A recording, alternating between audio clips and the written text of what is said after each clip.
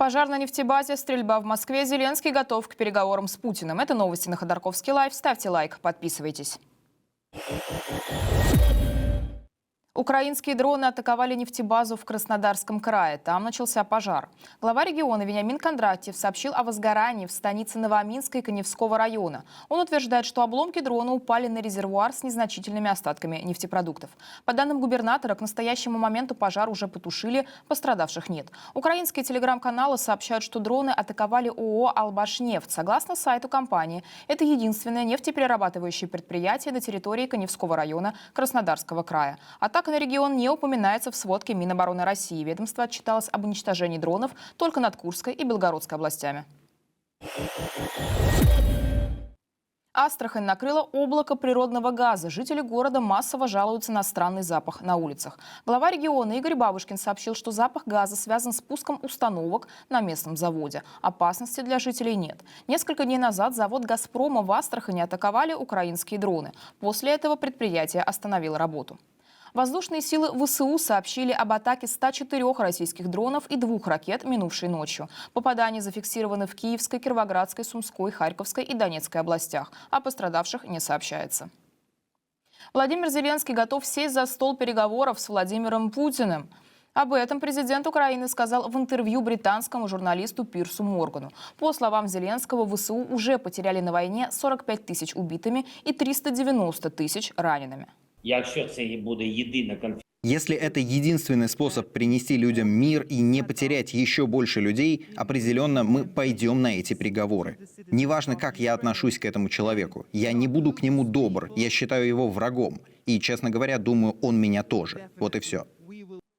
Но несколько дней назад Путин в очередной раз назвал украинского лидера нелегитимным президентом, который не имеет права подписывать документы о мирном соглашении. Тем не менее, отвергать саму идею переговоров Путин не стал.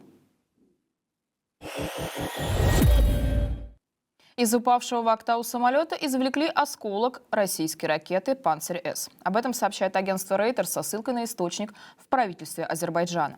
Также Минтранс Казахстана опубликовал предварительный отчет о крушении. В нем говорится о повреждении самолета посторонними металлическими объектами. Согласно отчету, эти осколки металла попали в борт до столкновения с землей. Напомню, что авиакатастрофа с рейсом Баку-Грозный авиакомпании Азербайджан Airlines произошла 25 декабря в Казахстане. Тогда погибли 38 человек. Самолет не смог сесть в аэропорту назначения. По данным СМИ, в это время над российским городом пролетали украинские дроны.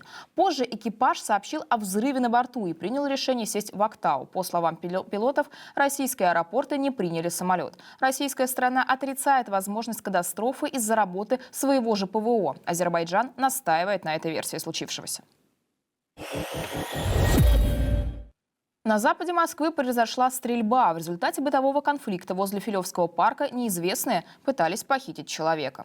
Инцидент произошел накануне вечером. По данным Росгвардии, причиной конфликта стала покупка автомобиля «Мерседес». Сначала участник сделки открыл огонь из травматического оружия. Затем одного из мужчин закрыли в машине и увезли в неизвестном направлении. На место происшествия прибыла полиция. Двор оцепили. СМИ сообщали, что объявлен план перехват. Возбуждено дело о похищении человека. Утром Росгвардия опубликовала кадры задержания подозреваемых. По информации силовиков, похищенного мужчину уже отпустили. Угрозы его жизни нет.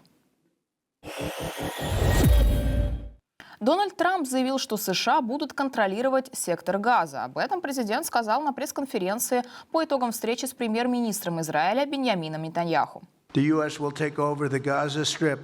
Соединенные Штаты возьмут под контроль сектор Газа. Мы поработаем там. Это место будет принадлежать нам. Мы займемся разминированием опасной взрывчатки и другого оружия. Мы снесем разрушенные здания. Мы обеспечим бесконечным жильем и работой людей в этом регионе.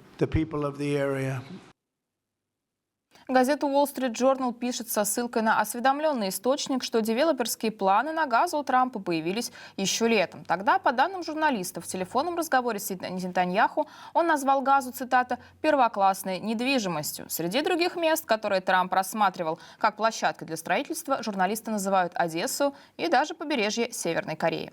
И это все важные новости к этому часу. Не забудьте поставить лайк этому ролику, так его увидит больше людей.